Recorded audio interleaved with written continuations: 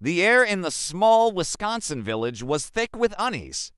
People couldn't understand why the normally peaceful community had become the center of whispers and fearful glances.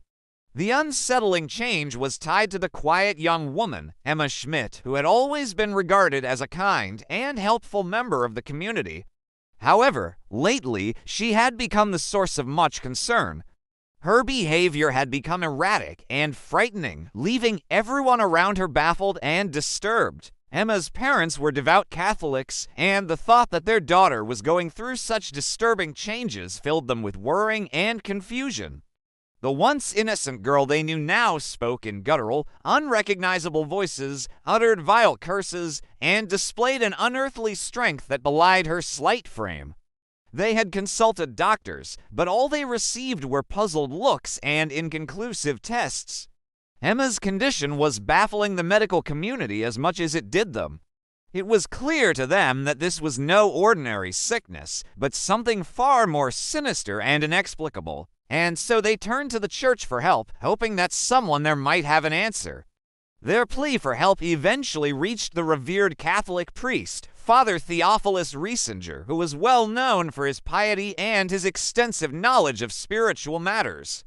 For him, this case was particularly puzzling and worrying, and he took it upon himself to delve deep into Emma's story and unravel the mystery behind her horrifying transformation. After careful observation and numerous conversations with the family, Father Riesinger came to the somber conclusion that Emma was not mentally ill, but rather possessed by a malevolent entity.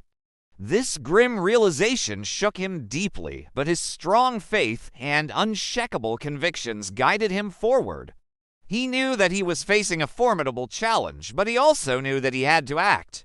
Father Theophilus Riesinger was a figure of reverence in the local Catholic Church.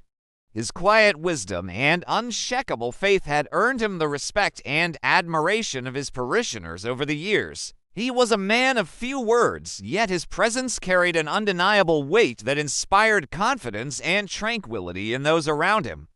Despite his advanced age, he was remarkably spry and energetic, a testament to his disciplined lifestyle and unwavering commitment to his calling. His deep-set eyes held a penetrating gaze that seemed to see through superficialities, while his gentle smile had the power to soothe troubled hearts. His vast knowledge of theology and spirituality was matched only by his compassion and empathy, making him a sought-after counselor and guide for those seeking solace or enlightenment.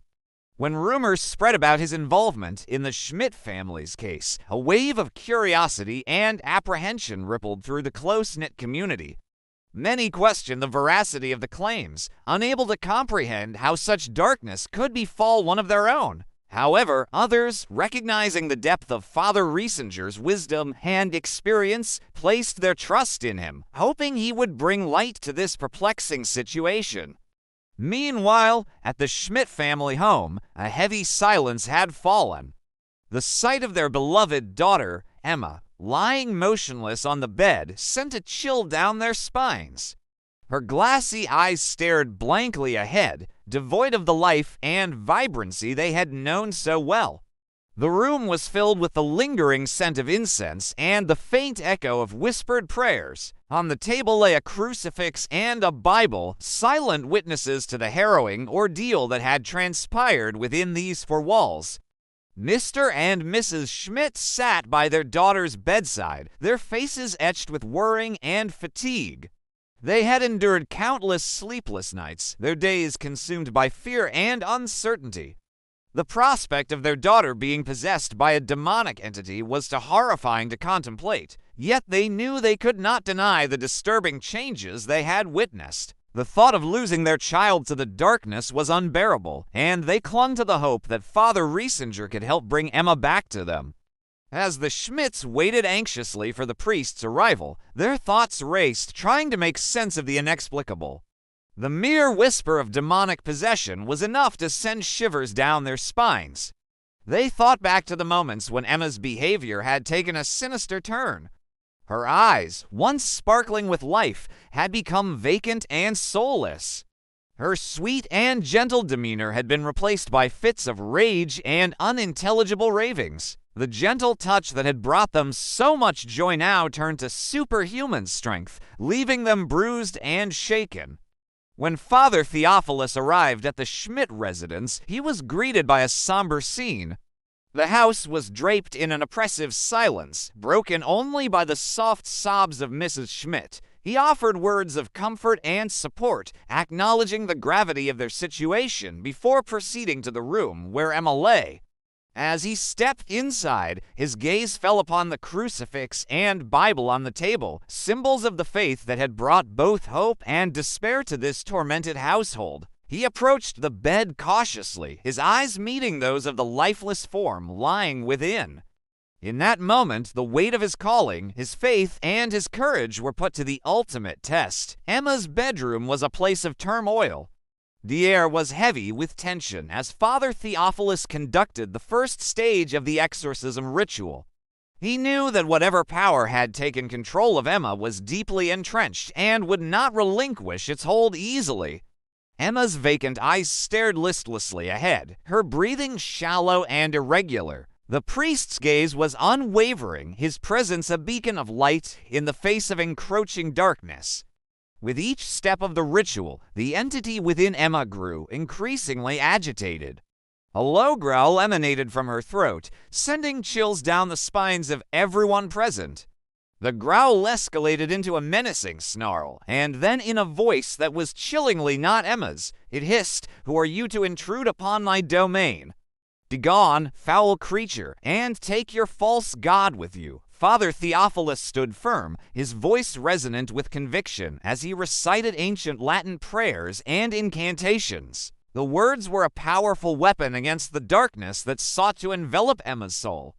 The battle had commenced, and the fate of Emma's soul hung in the balance. The exorcism continued for several long weeks, with each day bringing new challenges and dangers. The entity taunted and threatened Father Theophilus, testing his resolve and faith. There were times when the priest's faith wavered, when the darkness threatened to consume him.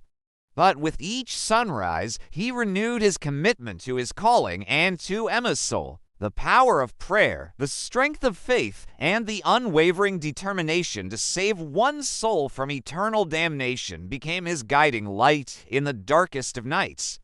During the most intense moments of the exorcism, Emma's body would convulse violently, her limbs thrashing about as if fighting against an unseen force.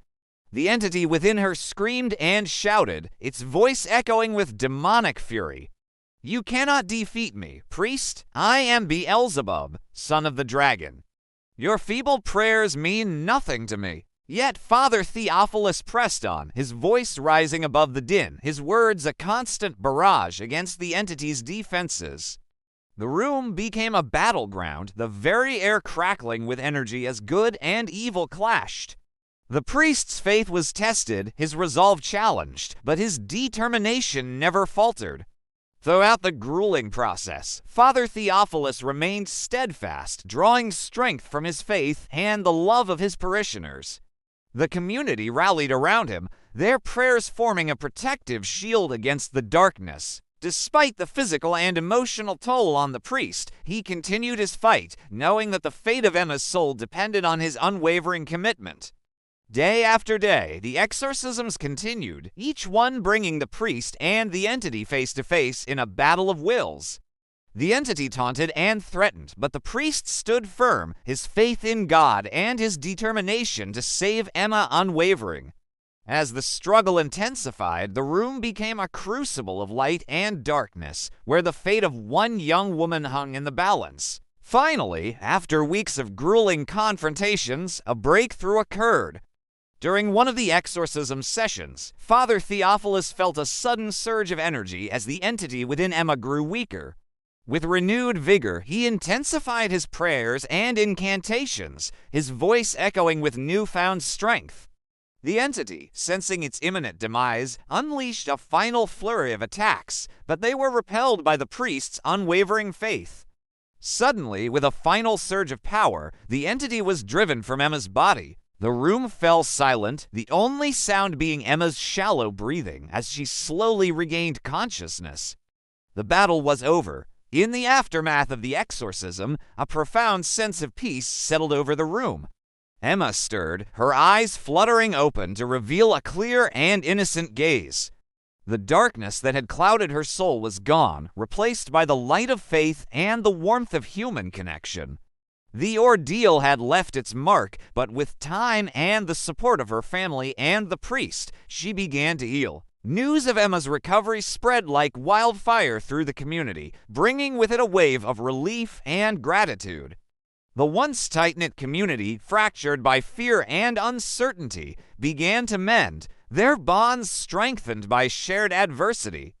The shadow of darkness that had loomed over their town was lifted, replaced by the dawning of a new day. As for Father Theophilus, he returned to his quiet life, his spirit unbroken, his faith unyielding. He carried the scars of the battle, not just on his body, but in his soul as well. Yet he knew that the cost of freedom was immeasurable, and he had been honored to play a part in it. The story of Emma and Father Theophilus serves as a haunting reminder of the thin veil that separates our world from the realm of darkness, and the courage it takes to stand against the shadows when they threaten to consume the light.